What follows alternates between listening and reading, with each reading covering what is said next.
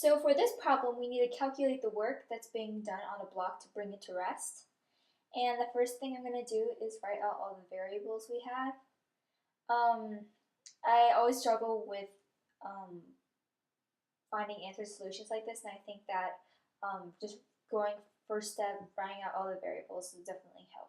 So we know the mass is 4 kilograms, and the initial velocity is 6 meters per second. They give us this. And then the final velocity, we want to bring it to rest. So that means the final velocity will be 0.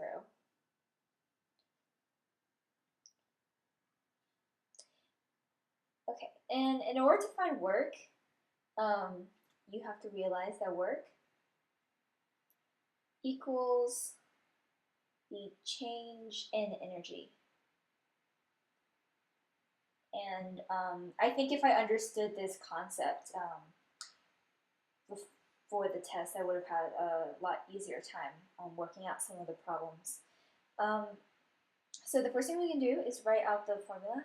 And so we have the kinetic energy is 1/2 mv squared. So the change of energy, we need to find the change of energy. So we need to find the final versus the initial.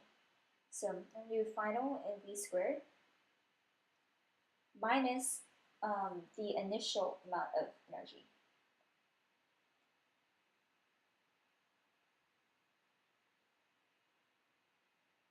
So we have the two separate energies. Just going to write this out, final and initial. And then we'll put a parentheses around these two so that it fits the equation.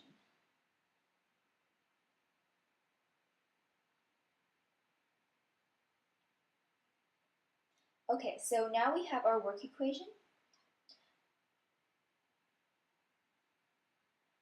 And we already know that the final velocity is 0.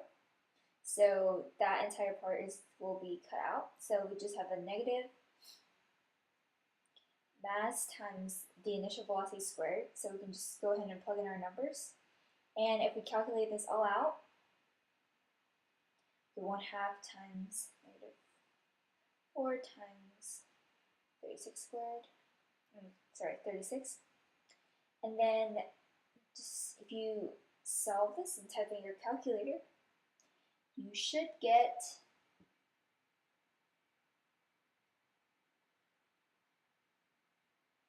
negative 72, and then our units are joules.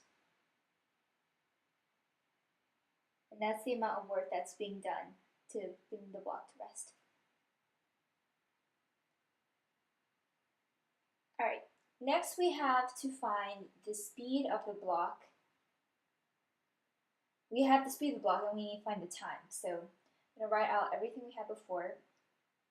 And they give us the force of friction. So first we are going to go back to our formula sheet and write down the kinematic equation we need. So this is the kinematic equation we're going to use because it has all of the variables. And we don't know what acceleration is, so we can easily find this by using the forces equation. So force of friction is going in the opposite direction since it is slowing down the object. So we're going to leave that negative, and that equals mass times acceleration. And so using this, we should be able to solve for acceleration. And then we can just plug that back into the equation. And I'm going to go ahead and simplify it.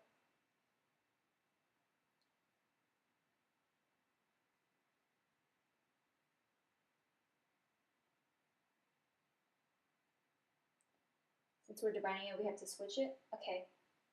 And at this time, we can just plug everything in to the equation.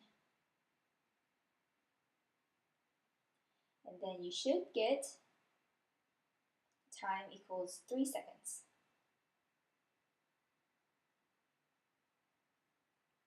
Alright, the last part we need to find the distance that the block slides as it comes to a rest.